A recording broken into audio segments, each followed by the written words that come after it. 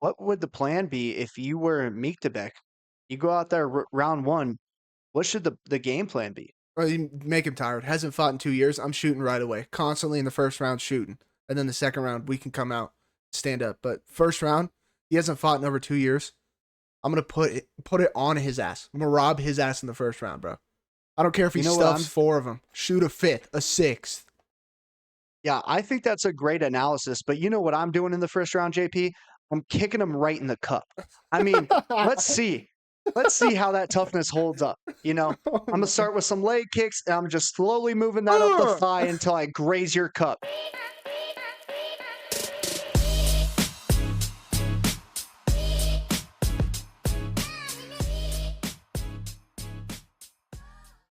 Ladies and gentlemen, welcome back to another episode here on Locked Door MMA. We're your hosts. I'm Brevin. This is my good buddy JP. And in today's episode, we will be bringing you our predictions and analysis for every single fight for UFC Fight Night Hill versus Rountree in Baku, Azerbaijan.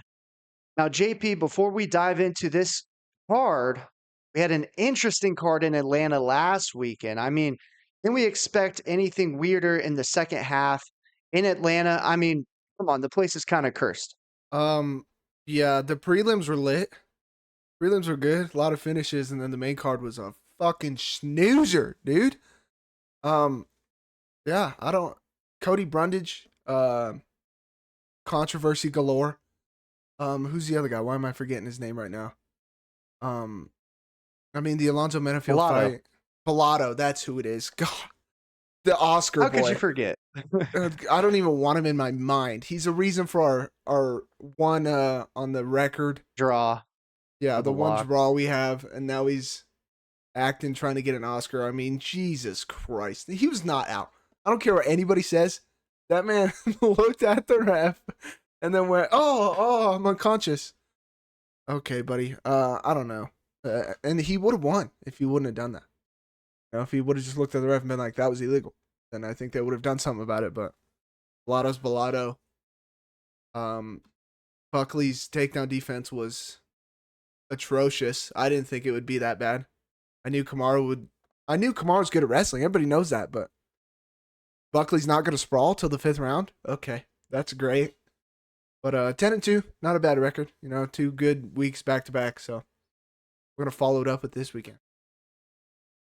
We certainly will, and it was a strange card. I mean, like you had said, we all knew Usman was going to attempt to wrestle in this matchup, and Buckley didn't show an ounce of takedown defense until the fifth and final round, at which point he actually started to look good. I mean, I wish we could have seen the fight and what that would have looked like if Buckley could have defended one takedown, because he just got ragdolled for 4 rounds and then put up a good fifth round. But it was what it was, caught us by surprise, and apparently it caught Buckley by surprise as well. But you know what? This week is a new week. This show is a new show, and I'm excited to dive into it, JP. So without further ado, let's jump into the first fight of the night. Muhammad Usman is going to take on Hamdi Abdelwahab. All right. The two big boys going at it. I'm sure the people who give you crap about pronunciation are going to have just an absolute blast watching this video. Go for it. Honestly, like there's a point where I'm saying these names doing research. I think I'm casting a goddamn spell. Holy Jesus Christ. Hamdi Dumpty. Okay. I have a sneaky suspicion who you're picking. Those of you that are new here don't know. Brevin's he's not exactly high on Muhammad Usman. Okay? It's not exactly his favorite person. This fight's weird though. Because Hamdi Dumpty, the steroid boy, did pop for steroids. That's going to be a theme on this card, okay? Is steroid usage, controversy. You'll hear me talk about it. But Hamdi popped, like legit popped. It wasn't no tainted supplement crap. It was legit steroids, right? Only 4-0. He was in the Olympics for wrestling though, so he is a good wrestler. Muhammad Usman he's a big boy. Okay, he's a big boy. Thick.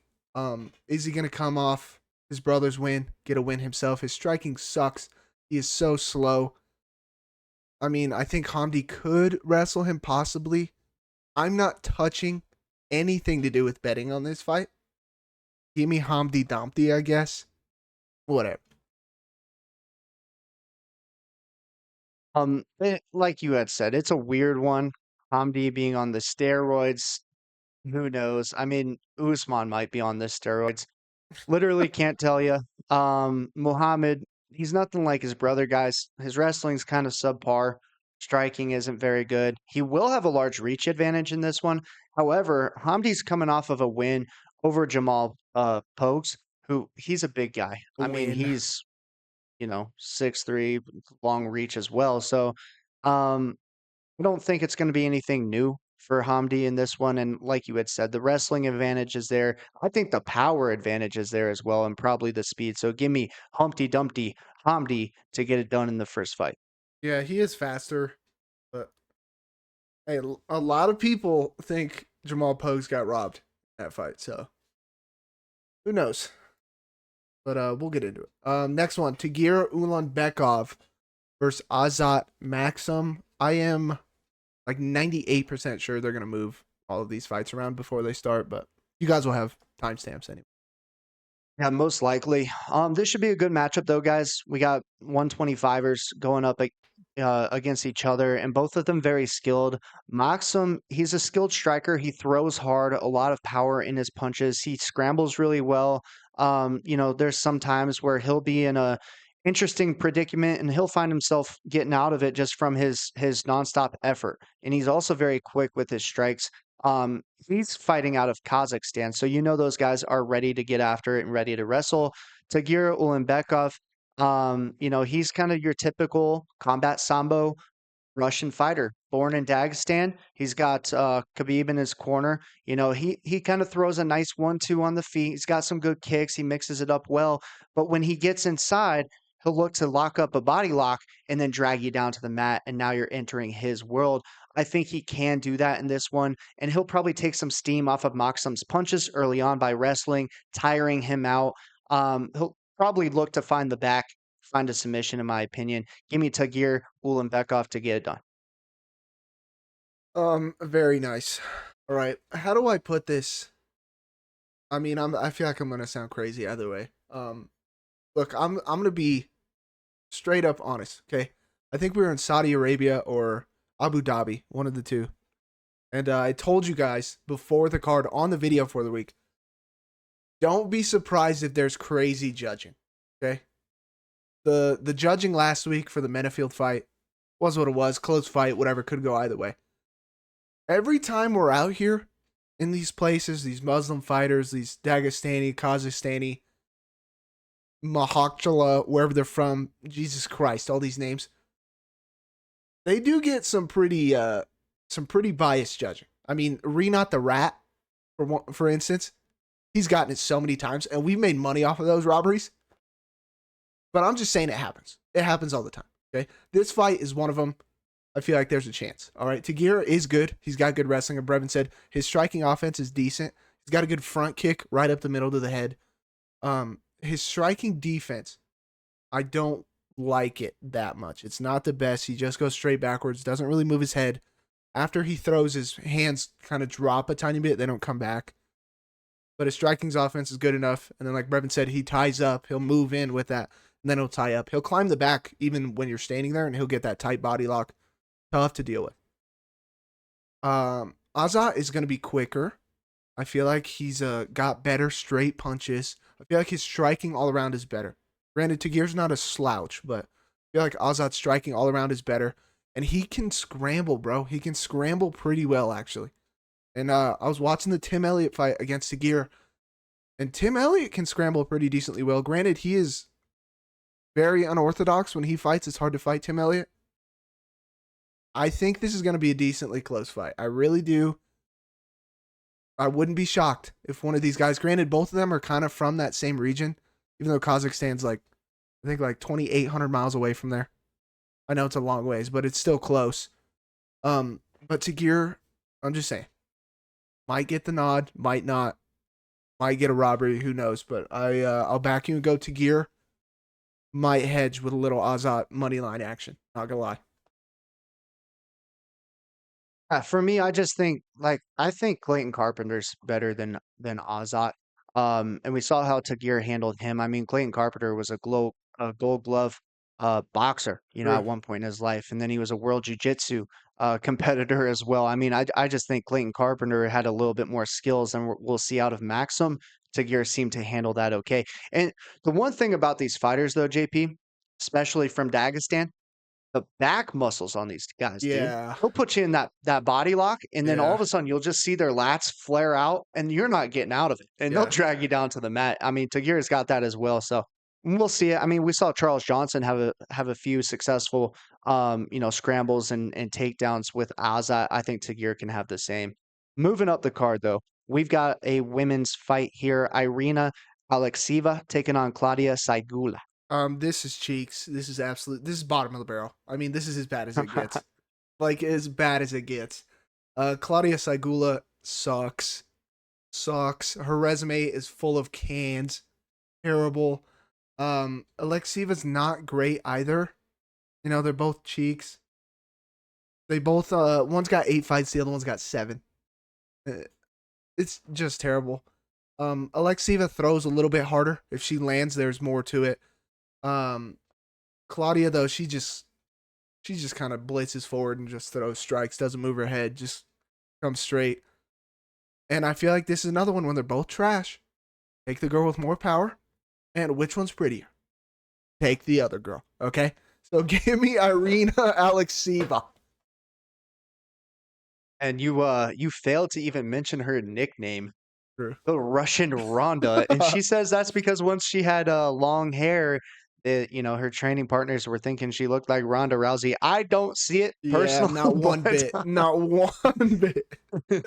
but she's stuck with that nickname. But JP's right. I mean, Claudia's going to press forward and try to blitz him with punches. I do think Irina's kind of seen that style before. Is going to have a really large reach advantage in this fight as well, which I find very interesting. And she does throw a nice 1-2, and she carries a little bit more juice in her hands. So I think wherever this fight goes, I think Irina's got the um better of it. So give me Irina Alekseeva bingo bango to get it done. Um, Also, we didn't even tell you guys. I mean, you guys probably know anyways, but this on the West Coast, this card starts at 9 a.m. Kind of a nice switch up. Wake up, get to watch some fights. I'm praying to God they don't put these two back to back, 1 and 2. Start the card. They might though. They honestly might. Next one, Daria Zhelezniakova versus Melissa Mullins. Great pronunciation there. Yeah, this is going to be an interesting fight because these two have already fought before, and in the first matchup, Melissa knocked her out, I believe, in round 1. So, I don't expect to see anything different in this matchup here. Just a few years later, I'm taking Melissa Mullins. Um, Melissa Mullins has actually fought really well as of late, and she's 2-1 in the UFC. So, I mean, she just beat Claudia like we had just talked about and broke down. So I don't think she's going to have any problems with Daria, because their names sound the same. So gonna get it done there. um, yeah, dude. Melissa's kind of a dog. I'm not gonna lie. She's kind of nasty. She'll be gritty. She'll take a couple shots and still kind of walk you down. She's strong in the clinch, and when she gets you down, she's got decent top pressure. She holds girls down and beats them up on the ground. Um, she's kind of stacked. First of all right, her back. She's got deltoids. Her arms are kind of big. We're not talking like Kayla Harrison level, but it's there. It's there. She's kind of big.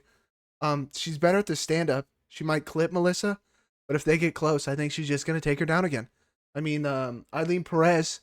I mean, Twerk Central just choked her out, and then the girl before that, Montserrat Hindon, she was taking her down, and that was a closer fight. I don't think that was really that easy of a unanimous decision. That was a pretty close fight. She was still taking her down, so I really don't think the takedown defense has improved that much versus Melissa Mullins.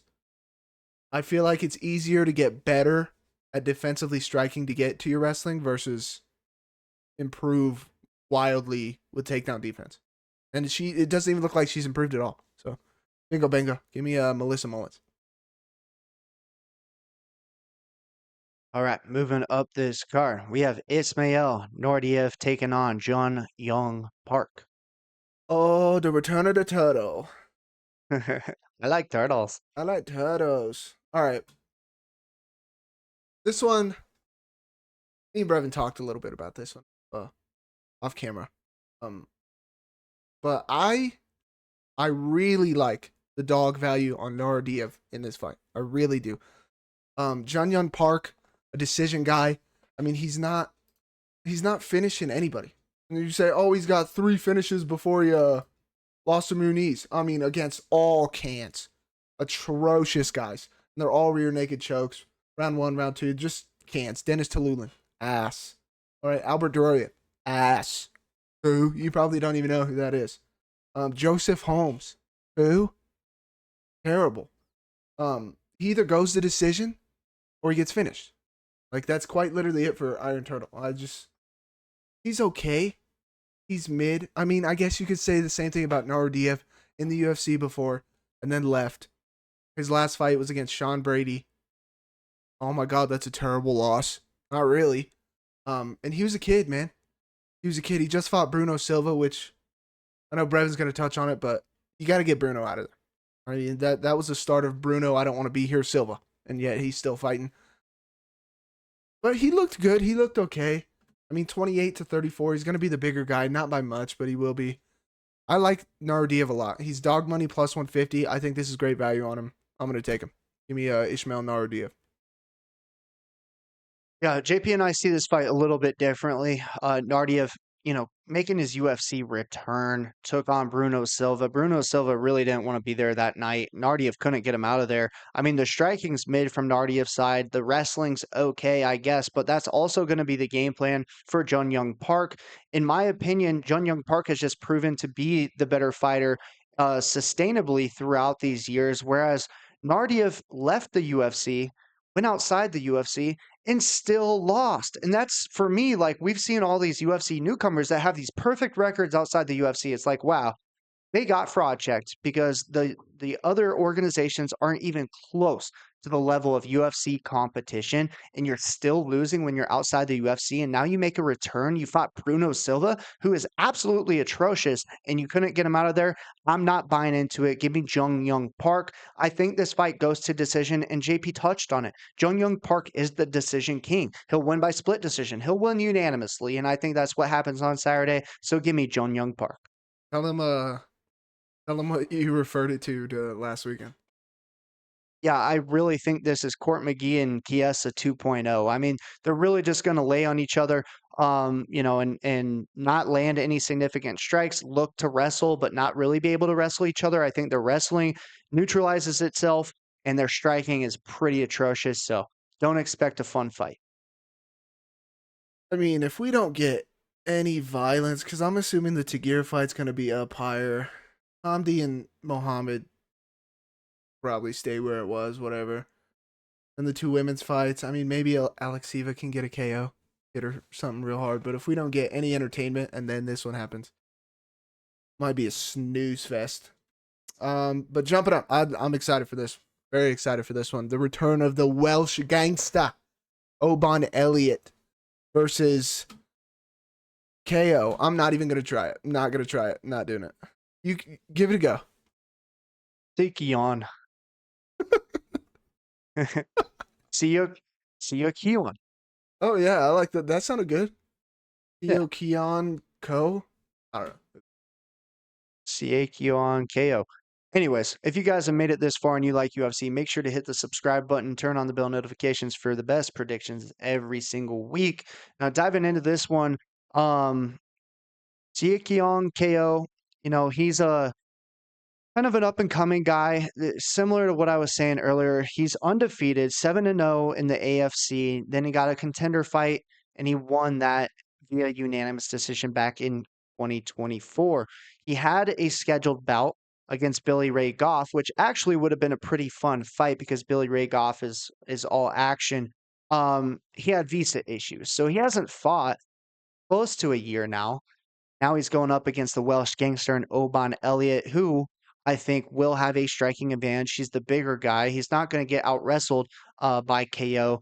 I think Oban Elliott's going to keep this fight standing, land the bigger strikes, probably win it via unanimous decision. Give me Oban Elliott. It's funny you brought up the canceled fight for visa issues because Billy Ray Goff just fought Ramiz Brahimaj. Brahimaj was supposed to fight Oban Elliot on that night, and Oban had visa issues. So the two people they were supposed to fight fought each other, and now they're fighting each other. Kind of funny there. Oban has looked great recently, right? His takedown defense versus Preston Parsons looked phenomenal. Phenomenal. And Preston Parsons is a strong guy. Brevin's talking about back muscles. Go look at fucking Preston Parsons' back muscles. Jesus Christ. But Oban takedown defense great in that fight against Basil Royd Hafez. I mean, he made him look like trash when he's not on the roids. You know, everybody talks about the JDM fight that he had, and then Oban went out there and put him out. So Oban, I like his striking.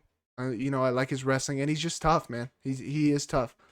KO or Co, he is very strong. He's a short, stocky dude. You know, his striking is pretty fluid. I like his movement. He's got a wide stance, very wide stance. So that front leg, Oban does throw kicks pretty well. That front leg, he's gonna have to watch it. Granted, he does address them. He checks them and he'll get out of the way and stuff, so he doesn't just stand there. But he's gonna have to address all of them because that wide stance, one or two are gonna get through with just how wide you're standing. We saw you fight a couple weekends ago, 2 weekends ago. He's disgusting. We hit him for a big pick. I liked you because he could grapple and he could strike. I don't think KO can grapple that well. I think Oban will have the advantage. And KO's hands are a little low. He'll throw good. His offense is good, but he's the type of guy to bounce back and forth and just move his head and keep his hands low. So Oban could clip him. We just can't stay at the end. We can't stay at range. We can't sit there and try and counter and stuff like that. I think Oban's got to get in, make it dirty, try and take him down, stuff like that. Get him tired, and then once he slows down, then we can pick at him at range a little bit more. But bingo, bango, give me Oban. Yeah, and we've seen a nice jab out of Oban as of late as well. I think True. that's a very good piece to his game that he's been implementing, and the leg kicks, like you said, will be there. I really think he can kind of pick Stiekion apart and really have his way. And then if he does, you know, get a little tired, take him down the ground. I think Elliot's got the wrestling advantage as well. True. All right, moving up. We are already on the main card. Wow. Here we Lion. go. We are flying through this thing. Mohamed Naimov taking on Bogdan Grad. Bogdan Grad. Yeah, I'm not a Bogdan Grad fan. He reminds me a lot of these guys that just kind of blitz forward, swing wild, and load up. And he's stocky, and he's got a strength in the clinch that he kind of uses to throw people off of him or switch, and then he'll get tired and not do it. Granted, his record is great, 15-2, but it's just his style, man. I'm just not a fan of it. He lost to Tom Nolan, got knocked out by Tom Nolan. Tom Nolan lost to somebody else, Nicholas Motta, on this card later, but I don't know. He's okay, but he's fighting trash when he first came in. I mean, he fought a guy that's 0-10 coming up. What the hell are we doing? Mohamed Naimov, he's decent everywhere, right? He's strong. He'll take you down. His clinch is good. He's got little trips in the clinch that he'll use. His striking is decent. Everybody wants to... I don't know if people are shitting on him for the Felipe Lima loss, but... I mean, Felipe Lima was a dog in that fight. Felipe was disgusting in that fight. But I just think Naimov's better everywhere. And maybe on the feet, maybe Grad's got more power, but I hate the way he uses it. He doesn't try to set up anything. He's just a wild man. And I don't see him catching a home run shot against Naimov. Give me Naimov. Yeah. I mean, goodness gracious. We can't take a look at that Felipe Lima loss and say, oh, wow, Naimov's not very good. Felipe Lima is very skilled, and he's about to take on Peyton Talbot coming off that Miles Johns win. I think, that just kind of goes to show like the skill level that these guys are on. And it's important to note Naimov was up 2-0 against Sure. Lima going into that third round where Lima found that rear naked choke. I do think in this one, JP, Bogdan Graham he'll come out hot. He'll come out swinging. I do think Naimov's going to have the power advantage on him and probably catch him with something early. If he doesn't finish him early, I do think he's going to wear on him enough to where He can get out to a nice little lead and win via decision as well. I think he's got the wrestling advantage. I think he has the power advantage with the hands. He probably will keep the thing standing if he can, and then just look to outstrike Bogdan Grad, which I also think he can. And another thing to note is a lot of people think Bogdan Grad lost on his Contender Series fight against Michael Aswell, who we just saw lose to, Oakley or Oki, excuse me. And I just don't think that's a very good loss whatsoever, especially when you start comparing it to the loss that Naimov has against Felipe Lima. So, bingo, bango, give me Muhammad Naimov. Hey, and if things go sideways, he is from Tajikistan, so we might get a decision there. I don't think it'll be that close, but just saying. Just saying. Don't call me crazy. Watch it happen. All right. Next up, Nazim Sadykhov versus Nicholas Motta. Yeah, JP, I'm excited for this one. Both guys will stand and throw. And they throw hard. Nicholas Motta, he's been in some absolute wars. He's been caught a few times, but he also catches other people. Granted, the record doesn't really suit him that well. He's 3-2 in the UFC. He's taken on Nazim Sadykhov, who, I mean, to this point, is 3-0 with a draw in his UFC career. He's going to look to strike on the outside, get in close, shell up, land some big punches.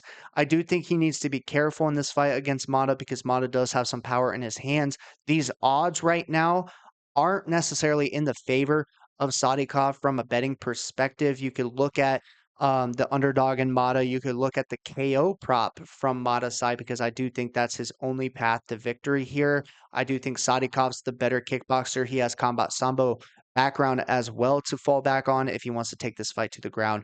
Give me the Black Wolf, Nazim Sadykhov. Yeah, one of the most badass nicknames in the UFC. Love that.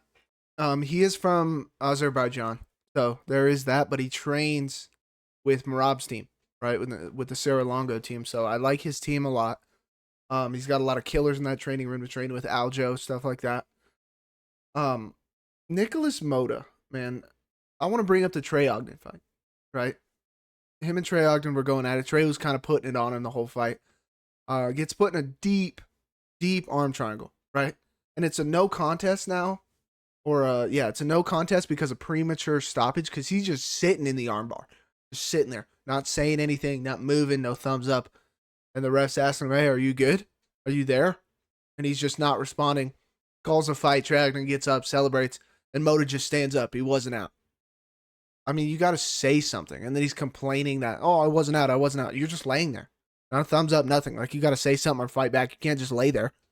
Was he just going to let you go eventually? I don't think Motta's fight IQ is there. Yeah, he's got power, but you can see it coming from a mile away. I mean, he loads up. He'll drop his hand and load up. You can see it coming from a mile away, and then he gets tired, and he's even slower. Sadykhov's got good top control when he wrestles. I think he can hold Motta down when he gets him down. Motta's takedown defense is decent, but his get-up game from his back is terrible. He won't get up. Sadykhov just can't get clipped. Can't get clipped by something big like Tom Nolan did. But I think he wins literally everywhere else in his hometown, his home country. Give me the Black Wolf. I do think it's going to be a good fight, though. Both those guys throw hard, and we saw the absolute war that Sadykhov had against Borisov, just 2 years ago, where they went absolutely toe-to-toe. Majority draw was what that came out to be with a 10-8 round from Sadykhov in round 2. But yeah, should be a good one. Moving up this card, we have one of JP's favorites, Meek the Beck Orolbai, taking on Tolfik Musayev. But wow, what a pronunciation on that second guy. Meatball Orolbai. Yeah, this guy. Mr. Meatball. We got robbed. He was my lock. We got robbed. Okay. For one. For two, I am not ever worried about Mr. Meatball ever getting finished with how he had that fight against Rebeski. I'm not. Okay. Brevin said that dude, we got robbed, and he also won the fight when the ref was like, hey, how many fingers I'm holding up? Dude, you got it right. Fucking guess right. Doctor said, yep, he's good to go. Throw him in there. That's a win. His eye completely swollen shut. I mean, if If there's ever going to be a doctor stoppage, it should have been that one. Boy rolled the dice and hit it. You know, snake eyes and craps. We're making everybody money. Mitobek, tough son of a bitch. All right, he's got long arms for his size. Long reach. Good wrestler. He's got good straight punches.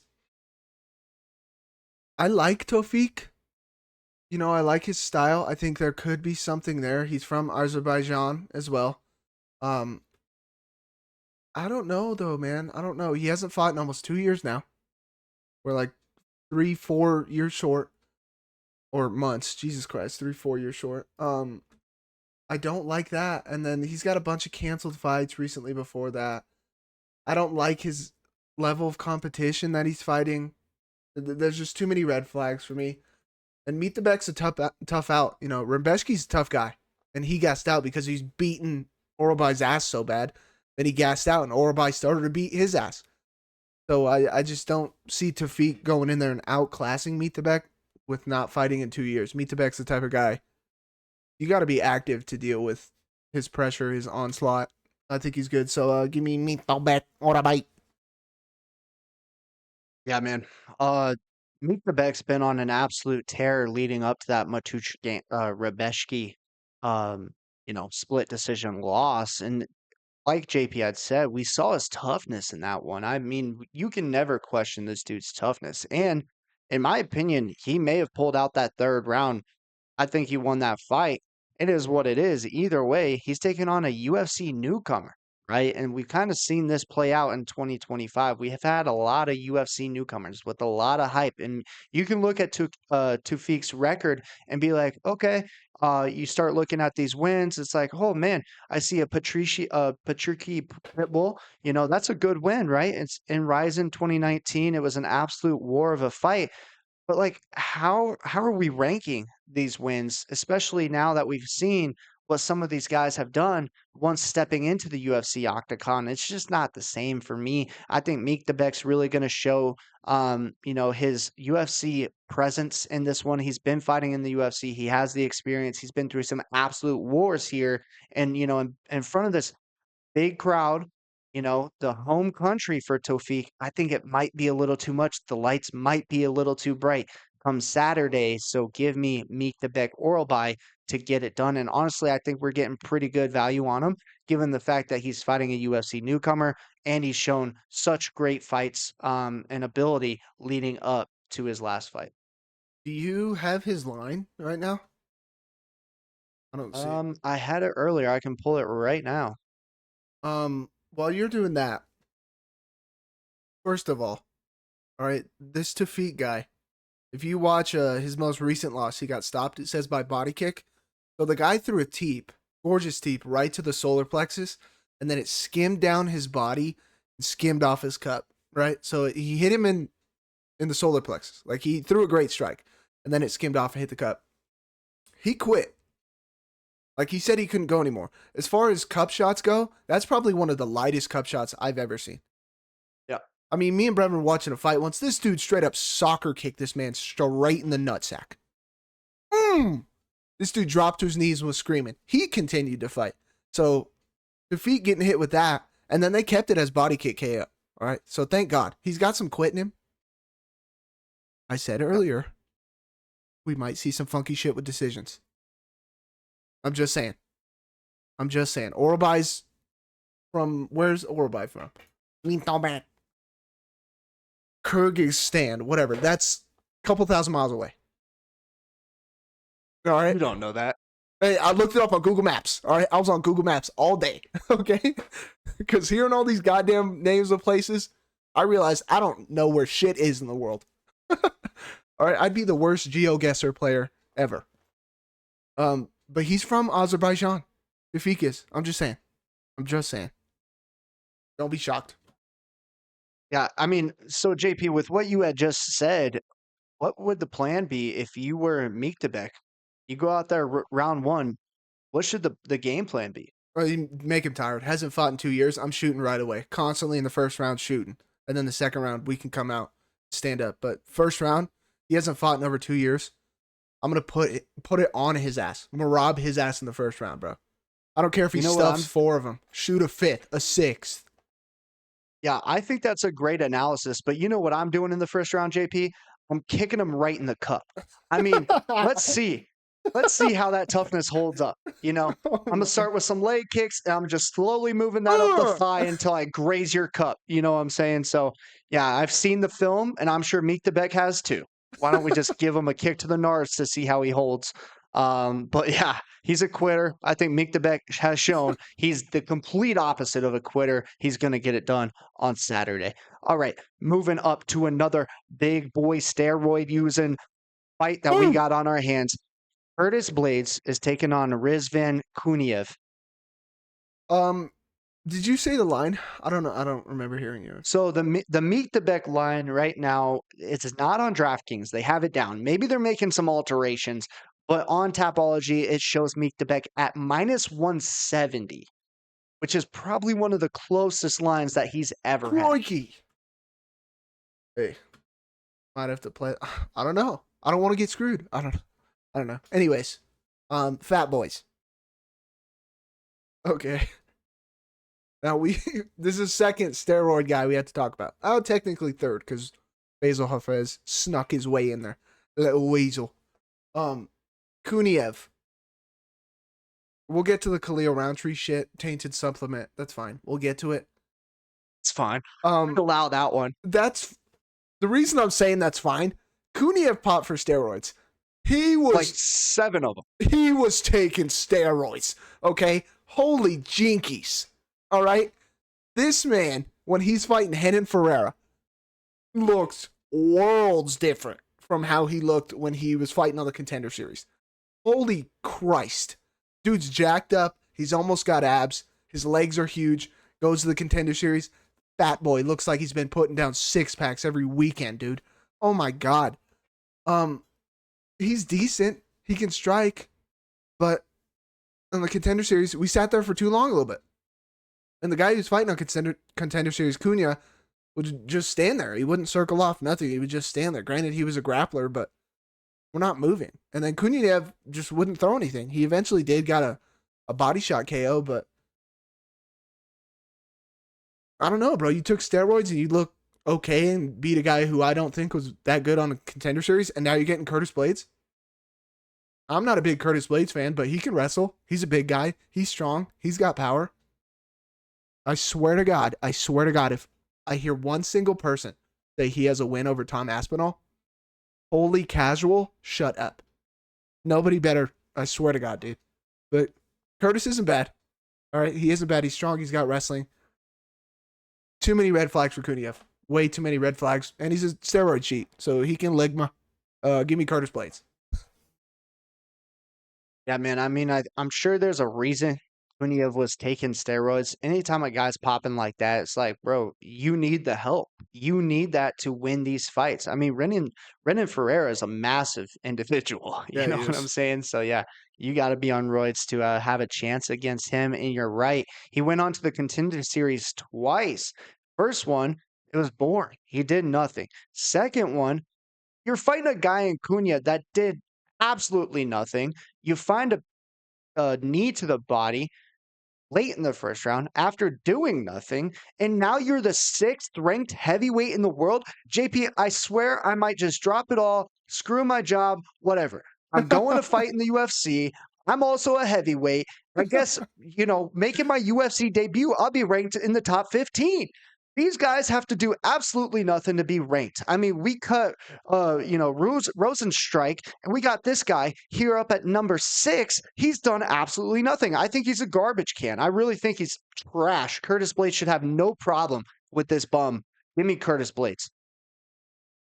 You're not a heavyweight, brother. Not anymore. I don't even think that. Like, these are some big sons of bitches. Okay, dude, I was 6'1", 265. I could have thrown some haymakers. Think of Big Country Roy Nelson. All right? I was Big Country Roy Nelson. I don't know. Roy was pregnant with triplets. Listen, just because you teep kicked me right in the ribs one time does not mean I could have not fought in the heavyweight division.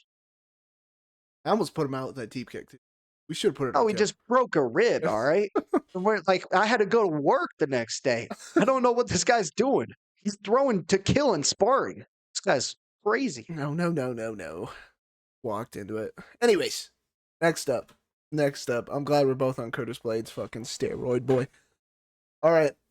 These next two I'm very excited for. Very excited for these next two fights. This one in particular, I like both of these guys a lot. Rafael Fiziev and Ignacio Bahamondes. Yeah, this should be a barn burner. Oh man, it is a missed opportunity, in my opinion, that this is not a 5 round fight. I understand it. There's nothing on the line, but I would love to see 5 rounds. Put these guys on a fight night, bro, where they're the main event. You know what You I'm could. saying? Eh, this is a great fight night. You know, this is a pay-per-view-esque type fight right here in the co-main. I think they could be their own main event for UFC Fight Night. I would love to see a 5 rounder. Fiziev, we've seen what he can do in 2 fights against Justin Gaethje. He's kind of a wild man, JP. He's a kickboxer at heart. He'll stand and he'll trade and he'll eat shots like it's nobody's business. Justin Gaethje hit him with some things that should absolutely put your lights out. I mean, leg kicks straight to the dome, but uppercuts. Absolutely beautiful. He walked through him. He survived. He's a tough guy. Ignacio Bahamondes, he's been on an absolute tear. He's very long for this division. A great kickboxer in his own right. Chilean Olympic kickboxing, I think it was, or national kickboxing champion at the age of 14. I mean, this guy's been doing this ever since he was little, and he's so tall, lengthy. He'll use his kicks really well. He'll throw them moving backwards, which is always impressive. It can catch you, kind of as a surprise, knock you out cold. He's learned a lot in his loss against Ludovic Klein. I've seen the improvements in him. We saw the ground game there against Jalen Turner.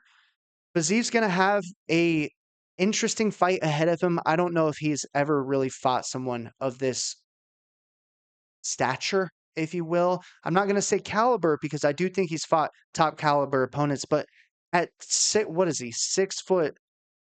How tall is he? Six 6'3". three, almost 6'4", probably 6'4". He looks a little closer to 6'4". So long, so lengthy, so quick. I do think Ignacio Bahamondes is going to have a good night on Saturday. I think this is going to be primarily a kickboxing match. I'm going to take the longer striker. Give me Ignacio Bahamondes. Yeah, you weren't lying when you said this is gonna be a barn burner. Stupid excited for this fight. It's gonna be fireworks, dude. Fiziev, I mean, his most his recent 3 losses, both from Gaethje, and then one from blowing his knee out right against Gamrot. So we didn't even get to see that really. Um, but Fiziev is phenomenal at Muay Thai. Okay, he's the coach over in what is it, Phuket? I know that's not how it's pronounced, but I think it's funny. Yeah, Phuket, Thailand. He's a coach over there at Tiger Muay Thai. He's nasty, bro. He's disgusting. He's fast. He's got great kicks in the clinch, knees, elbows, nasty. He's very fast. He's got spinny kicks. He's got a wheel kick knockout. Disgusting. Bahamondes on the other side, long, rangy. I mean, his right hand, his slide back right hand that he hit Manuel Torres with, disgusting. Manuel Twice. Torres, huh? He hit him with it twice. Yeah, twice the same punch, same thing. Manuel Torres is an idiot. That's when he pissed me off beyond belief because we're sprinting at Bahamondes after he just dropped you doing the same thing. And then like Brevin said, he choked out Jalen Turner. Here's my thing. I don't think Jalen Turner wanted to be there. It was a great triangle. Terrible triangle defense. Probably one of the worst triangle defense I've ever seen in my life. And then he didn't try to fight it. He let it sink him in, and then he was like, yep, that was it. And then afterwards, he's like, I'm going to retire. My head's not in it. Bahamondes does get hit by almost everybody. I do agree that Ludovic Klein fight taught him a lot. He is getting better every single fight we see him. He's training with Bilal. Granted, Bilal's a dumbass. But still, Bahamondes has shown improvement in every single one of his fights. He does get hit, though. But the same can be said for Fiziev. Fiziev does get hit by everybody as well. I think Fiziev is good at grappling and good at top pressure. I think Bahamondes is long and hard to take down. I agree with you when you say we're going to stay standing. I truly do think that. Bahamondes is not like this crazy submission guy. He can do it, but he's not like that per se. He's not looking for it. Bahamondes is better at range, at the end of his kicks, the end of his punches. So we can't stand out there, or he'll just tee off on Fiziev. Fiziev might land one or two, but Bahamondes will beat him on the cards if he stays out there. My thing is, Fiziev in close, gorgeous. In the clinch, gorgeous. Yeah, Justin Gaethje dropped him the shovel uppercut. Justin Gaethje's one of the best in the world and should be fighting for a title next. I like Fiziev in the clinch, man. And Bahamondes has gotten hit in the clinch. I think Fiziev is like Ludovic Klein, but better at it. Fiziev is world-class Muay Thai in my eyes. I like Bahamondes a lot. This is a very hard pick for me. I'm taking dog money, Rafael Fiziev. I still think he's one of the best in the world, dude. If Bahamondes knocks him out or beats him, very happy and excited to see what he does next, but I think Fiziev's a problem. Yeah, I can't argue with you there. I mean, he is. The one thing I would say, though, in the Ludovic Klein fight, Klein implemented a beautiful wrestling attack against Bahamondes. I just don't see that from Fiziev. I don't think he presses forward, puts him up against the fence, and tries to take him down and control him. I do think this stays at kickboxing range. And like you said, Bahamondes, in my opinion, has an advantage. But like you also said, if it gets into the clinch, watch out for the knees from Fiziev. Watch out from the crafty kicks, The the body short kicks. shots from Fiziev. He works the body really well also, and you saw that in the Justin Gaethje fight. Like I said, you can't go wrong with either side. This is going to be an absolutely great fight. I'm almost glad that we picked opposite. I'm so excited to watch this fight, dude. And the lines are just so stellar close. This is gonna be a great fight. Agreed. All right. That moves us up to the main event. Jamahal Hill is taking on Khalil Rountree Jr. Jamal. Little Yuri action. Yeah, I was like, are you just turning into Yuri on Let's us? go for that. Yeah. Yuri Prohaska. I love that guy, man. Watching film made me realize why I like Yuri so much. He's so entertaining. This is a good fight. This is a good fight right here. Khalil, last time we saw him, against Poatan, put up a decent showing. I mean, he's a tough guy. His striking is Muay Thai good. He's fast. He's explosive. He'll blitz you. He'll explode. Boom. 4-punch combination, 5-punch combination, and then sit back. Jamal. I don't like Jamal's mindset and the shit he says. I think it's just dumb as shit. Not a fan of it. Don't like it. But Brevin and my picks have shown me that sometimes I gotta let that go.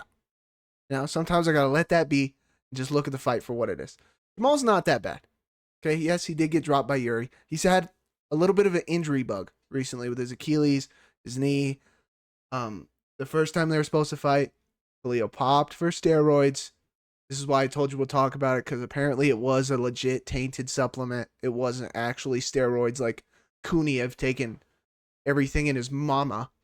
Jesus Christ. But I think this is going to be a good fight, man. I really do.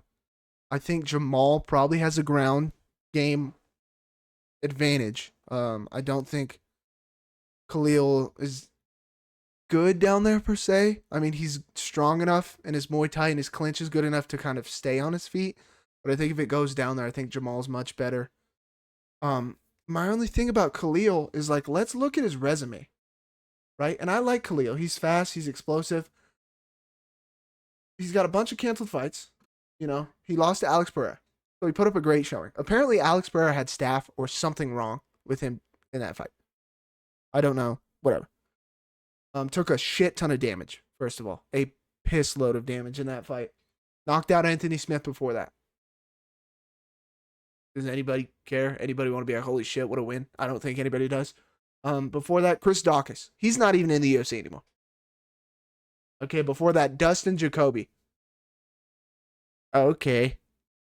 Cool. Before that, Carl Roberson. Anybody know who that is? I doubt it. And then Modestus Bukauskas. And then he's losing to Prochnio. And then he's losing to Ion Kutalaba. You get what I'm saying? His resume is not that impressive. It's really not. Jamal Hill's resume, I guess you could kind of say the same thing. Glover Teixeira. I mean, Glover was old. People say Glover was washed. Thiago Santos. Johnny Walker. He's knocking out Johnny Walker. What you're supposed to do when you get Johnny Walker. I think Khalil, his volume, like Brevin always says, is not there, and then he'll explode and do 4 or 5 punches, and then boom, back to the center where he can explode. I think Jamal's in your face more. As long as Jamal's hands are up and we're not getting clipped by something stupid, I just think Jamal's going to have more volume. I think he's got the ground game. I don't see how Khalil is a minus. Well, I don't see how he's the favorite at all. Granted, the lines aren't atrocious. I just don't see how he's the favorite. When the best thing he's done in his career was be tough against Alex Pereira and then get finished. Sure, Jamal got finished too. I don't think the volume's there. I think Jamal's better. I like the value. Give me Jamal Hill. Interesting. Let's just take a second, guys. I mean, this is a partner of mine in JP who's never been able to defeat his biases at all. I mean, this guy and his bias have done rounds after rounds between each other. He's never been able to defeat it. I'm proud of you, man. I am proud of you for putting your bias aside. With that being said, I'm also taking Jamal Hill. I think he is the more well-rounded fighter. I think the size advantage that he has in this one will also come into play. They're both going to fight out of the southpaw stance, and I think Jamal Hill's going to land his jab.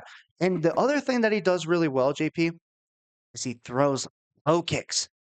Khalil Rountree rarely will utilize his kicks. We saw when he did, he found success with it against Pereira. He's had kick KOs in the past with the left high kick, but he rarely throws it.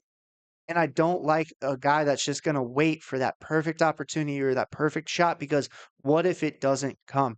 I do think Hill's going to put on the pressure. He's going to walk Rountree down, press him up against the fence, land the bigger strikes. I think he throws harder with more power. Sure, Rountree's a pretty yoked guy, but you guys have to understand, Hill's going to be standing at 6'4". Rountree's only 6'1", right? And he has the much longer reach as well. I do think Hill has the advantage on the feet. And if it does go down to the ground, JP, we've seen Rountree maybe struggle with that. He's been finished when he's been taken down to the ground, landed ground and pound on his face. He's a tough guy, but I agree. I don't see how he's the favorite, so I'm taking the underdog. Give me Jamal Hill.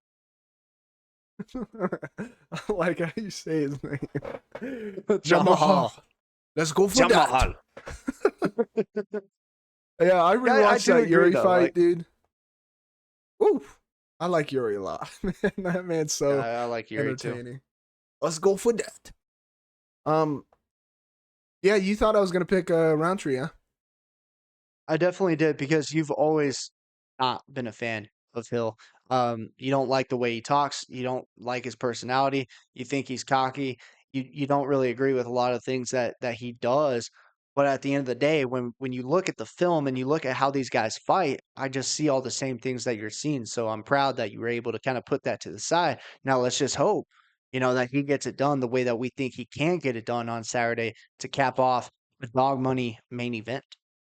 Yeah, I mean, come on.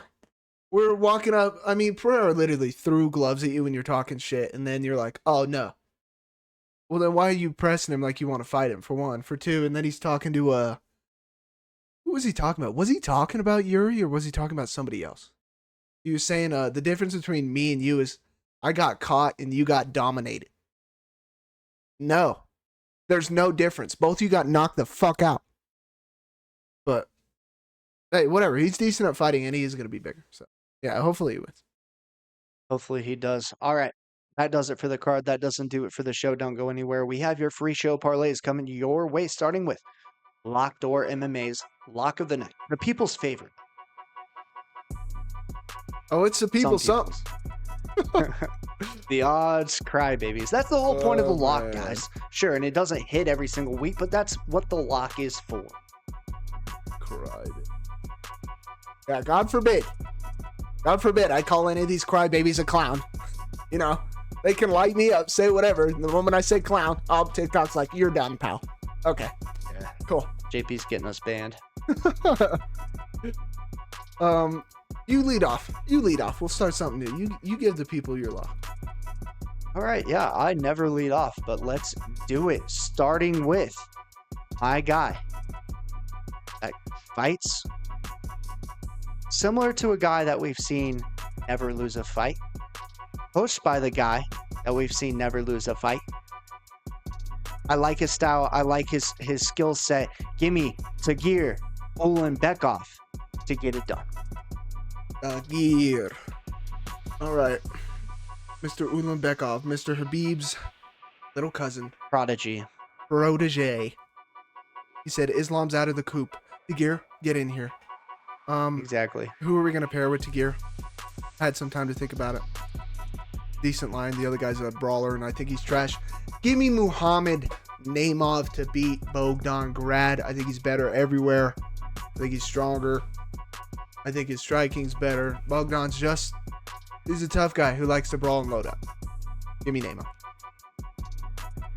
Like it. All right. Time for Brevin's basic parlay, and I'm doing something a little different. Don't ask me why, the rhyme or reason, but I'm just giving you a different look, a different feel. We're leaving my lock out of this. I didn't know JP's lock going into it, but let's start with JP's lock. Muhammad Naimov to get it done. Then we're moving up to another OV. Give me Nazim Sadykhov to get it done, the Black Wolf. And then we're going with a bigger boy. We don't do it often. Oh, no. But I do think you're getting great value. Give me Curtis Blaydes to cap us off there. Right now, that's at plus money. Get your bet in while you can.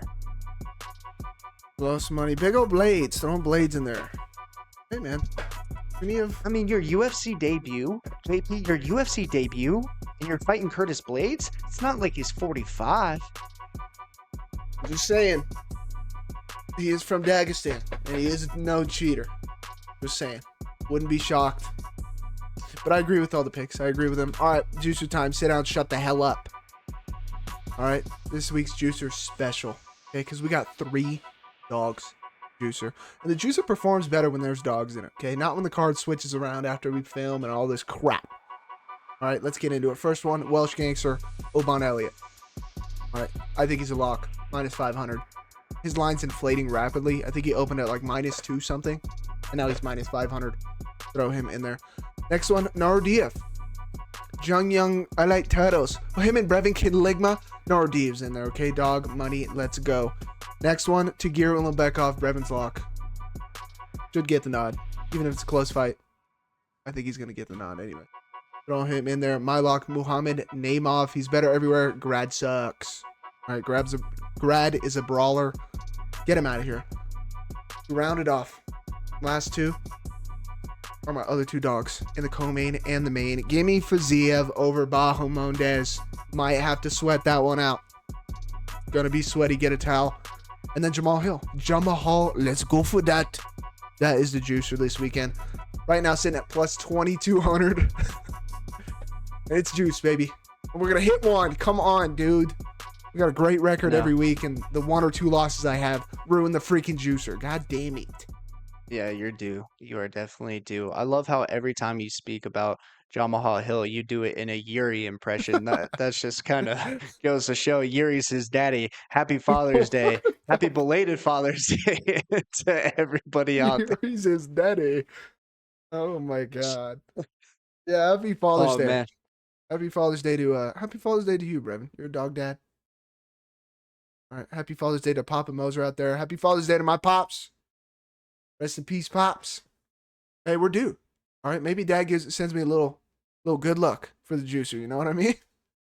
A little juice and luck. Yep, we may need it. All right. Well, guys, if you made it this far, don't forget to subscribe to the channel. We're the best UFC predictors in the world. I'll keep telling you guys that every single week. Make sure to turn on the bell notifications. Leave a like and comment down below who you think is going to get it done on Saturday. Guess what, guys? I can also pronounce Saturday. So there you go. Ooh, that one really stuck it to him. Oh, my God. You guys think I can't pronounce names? When we start talking about days of the week, I really can't pronounce those. So my bad. With that, JP, I'll let you take us home. Hey, an early one this Saturday. All right, out in Azerbaijan. All right, don't cheat. Don't go to Google Maps. Where's that at? Got you. Bet you don't know. I didn't know. Had to look up on Google Maps, but that's okay. All right, another Another weekend of fights, and it's going to be another good one, man. I'm feeling good about it.